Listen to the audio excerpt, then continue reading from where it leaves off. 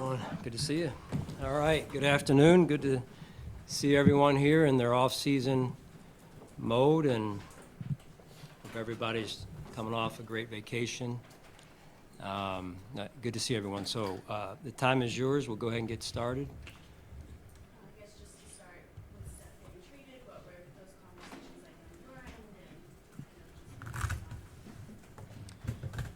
Yeah, I mean, it's hard, right? Steph's a great player. Really enjoyed our time together. Won a lot of games, and he was a huge factor in winning those games. I think we'll miss him. You never replace a player like Steph Diggs, and we wish him well, Steph and his family. So hard to move on from a player like that. And now we go back to looking at our roster and excited for the opportunity that we have in that room for guys to step up. Have you had conversations with Josh regarding the move, and for those conversations, what's been the tenor of those conversations? Yeah, I mean, you always have conversations, sometimes multiple conversations, and you communicate, again, multiple times, and you collaborate. This was a big decision, so one we didn't take lightly, and I'll leave Josh's reaction. I know Josh is going to speak, I believe, after me somewhere here. So, but again, just trying to do what's best for the team, both in the near term and the long term. Brandon said when it happened that maybe you're not better today, but this was a move for the future.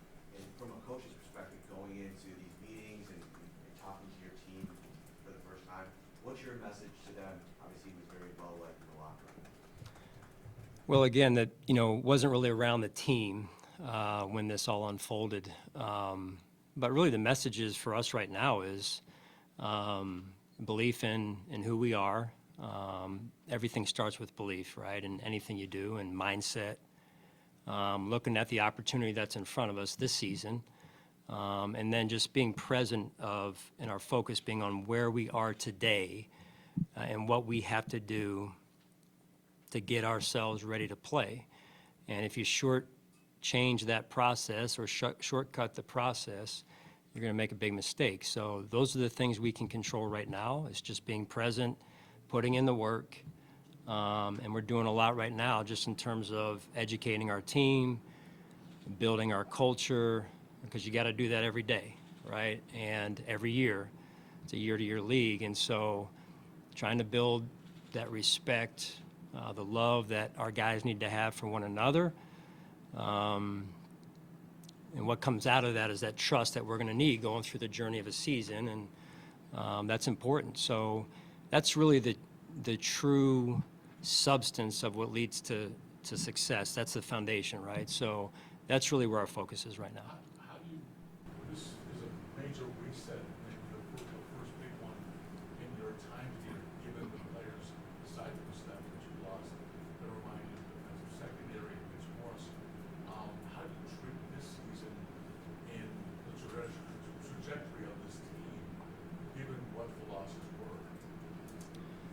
Well, again, you never replace a player or a person like Steph, and there were others too. As I know, there's a long line here of veteran players in particular, some of whom were captains and players people that we leaned on for a number of years, and they added so much to our culture, our leadership, and so number one, we wish them well. Number two is that's the reality sometimes of the NFL and balancing a salary cap, and those are tough decisions. So again, you never replace people like that, players like that. No two players or people are the same.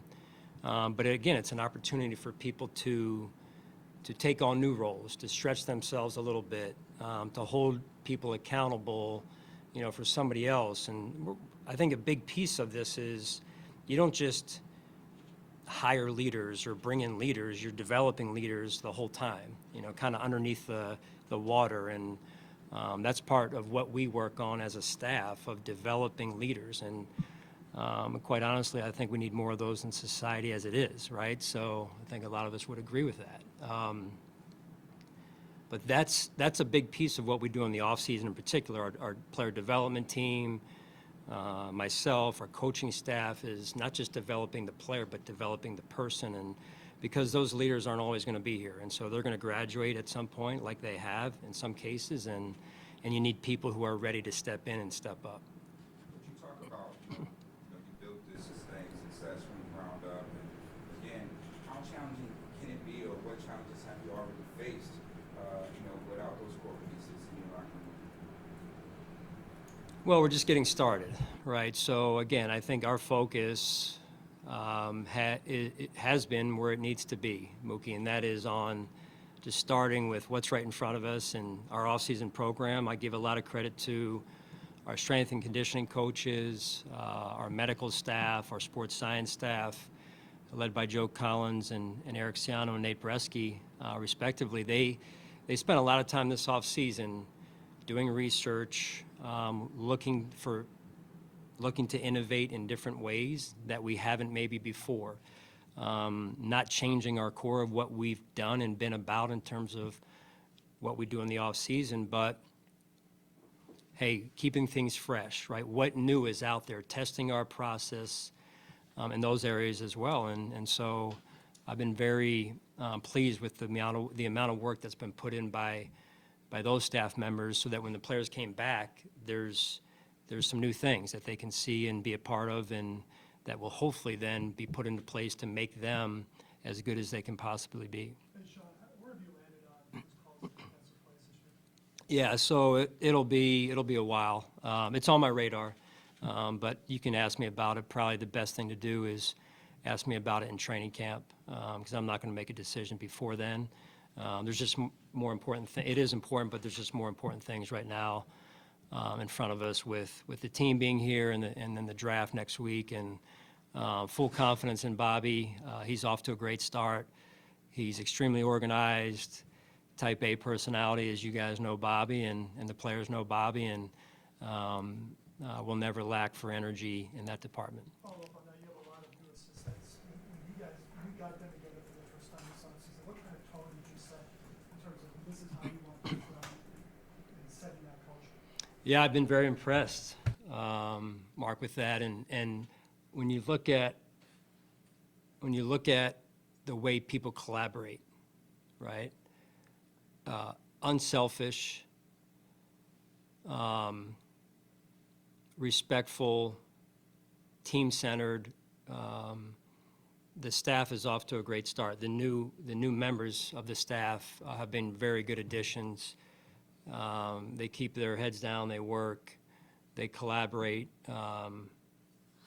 It's been very impressive to this point, and that collaboration is good to see. And everyone's got a role, right? And they all have been anchoring their role, and the coordinators have been leading, and I think that's huge to this point. Sean, can you give us an estimate of how participation is, this week, workouts, participation? Yeah, it's very good, very high. Not everyone's here, but for the most part, we've had, I'd say, 95% participation. A couple guys having to, leave for a day or two, and just due to life, things that come up that they've got to handle, but they've been back, and that'll continue through the off season a little bit. But I think the key here is the participation's been great, the energy's been great, guys getting to know one another, and building again that love, that respect, and then that relates, again, leads into them being ready to hold each other accountable, or just that shared accountability, which is, as you know, big for us. Even if there's a foundation in place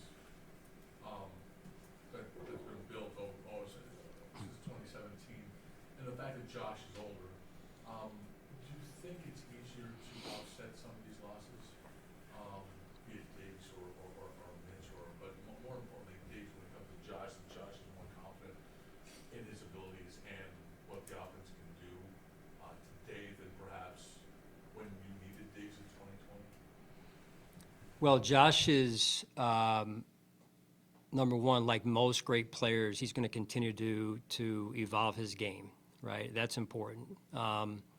What comes with that as well is his leadership on this football team, and he is the leader of our football team.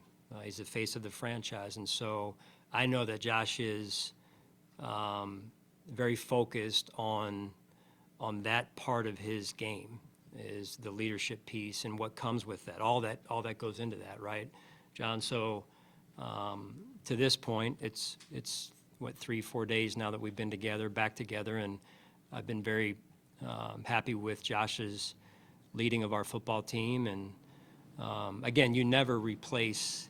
I think what we have to do is look forward and say, how do we build this team this year?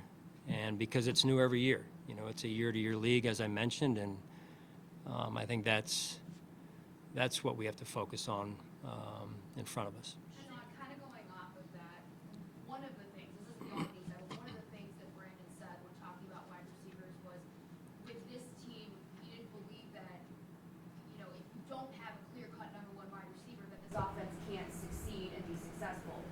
Where is your philosophy on that? Do you believe that you guys do need that, number one guy when it comes to a wide receiver?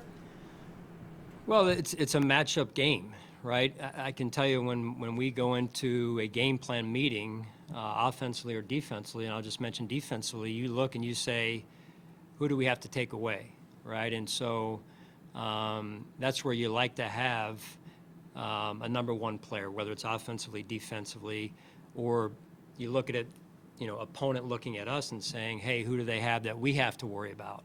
So yes, having said that, there's also a piece of, there's a lot of power in sharing the football, right? There's a lot of power in that type of approach as well. So it's got to go together, but the matchup piece is real, and so that's what you look for in the draft, quite honestly. And do you find that? Is it realistic to say that player is going to come in day one if we go in that direction? But whatever position that they're going to be able to establish themselves in year one at that level, that's really hard to do.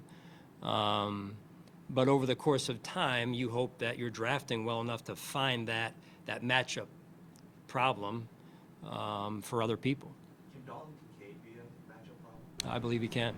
Yeah, I do. I believe he can. Now, Dalton's young, but you'd say in year one, some of the things he did and his makeup, the challenge for any player in year one is, hey, what do you do in year two? As the league starts to adjust to your game, how do you reinvent yourself in year two? And that's the challenge for Dalton, for Saibo, who again had a nice first year, and that's the challenge, because there's a mindset challenge to that as well. And you see a lot of players sometimes come in year one and they have success, and then sometimes they downshift and say, hey, this is how I handled from junior high to high school football, high school to college, and now college to the NFL. And then it's like, no, you can't do that in this league. This league is the best of the best, and so you've got to stay on the gas. And I fully expect those players will do just that, Dalton included. The continuity you've had over the years, a lot of the leaders have been very similar to the names that we've had Yep. besides Josh. Moving forward, are there any players specifically who you think are ready to take on that next role as maybe leaders? Not necessarily on the field, but off the field. I think there's many. I really do. And if I mention names, I'll probably leave certain guys out. I probably have a list of about 10 to 15 candidates that are going to continue to develop their leadership influence on our football team. And so I don't want to do anybody wrong by giving you a list of names, because that next guy I leave out is going to be like, well, so why, but the reality of it is that's where the development comes in. And we have some guys already in mind that will step up and will have to stretch themselves to get out of their comfort zone a little bit, and that comes with developing as a leader and putting yourself in those positions. And the more you do it, the better you get at it. Sean, regarding Steph, if you go back to last year, the first day of mandatory minicamp, he wasn't there. That became temporarily a pretty big story. There was never real clarity as to maybe what the disconnect at that time was. It just felt like from there, maybe throughout the season and into the offseason, there was this looming question of, is he happy, is he not happy? Did that speculation I don't think so. I think at the end of the day, you make decisions, what's best for the team, and again, multiple conversations, collaboration, and you do what's best for the team. So at the end of the day, you try and just take what you know and make the best decision possible for the team. Sean, you have a few coaches in new roles, like Joe Dana, Marcus West, Al Holcomb. I know they've all coached, but can you walk us through like what this week is like for you with them in their new roles?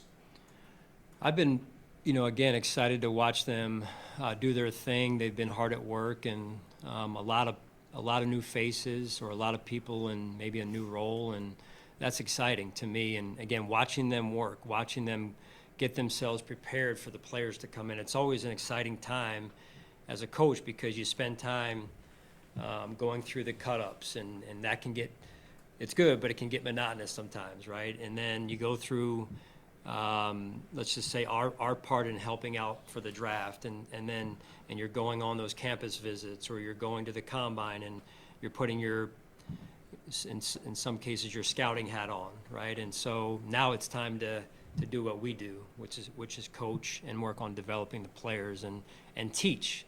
Teaching is a big part of that. And right now we're just restricted to just being in the classroom with the players, but it also tests how well you know it. And so I think what we've been working on, I know what we've been working on is, and my challenge to the coordinators and the position coaches has been, hey, make sure our terminology, our message is the same from the coordinator to the position coach, and then from position coach to position coach. And I think one of the things that you can do is kind of stand outside the meeting room and kind of put your ear to the door and listen to, let's talk about the linebacker coach and Al in this case, and the DB coach and Joe, and just listen to the message and the terminology, and making sure that it's being taught the same way. And I think that's when you know that you're being as efficient and as an effective of a communicator as we need to be. Coach, how much of a reality moment that you realized that you didn't have Trey White, Micah Hyde, Jordan Poyer this week? Yeah, I miss him. I tried to shoot him a text to wish him well, especially the guys that are, on other teams right now, because I know they're starting up as well, or have already started. So, told him I'd be thinking of him and wish him well, and a little bit different, but at the same time, I know knowing those guys, they're diving right into their new teams, and that's what I do here. So I just think the love and the respect that we have for one another will, I think, hopefully surpass the being on different teams now, and those relationships remain strong. Did you gain a sense from Micah what the future might hold for him? We spoke not too long ago, and I just, knowing Mike, it's always a great conversation, and we catch up on life a little bit, and then catch up on just what he's thinking, and I know, at least I think I know, he's going to go forward with the softball game, I believe, and that's, I think, great for our community, and again, a great example of who Micah is, right?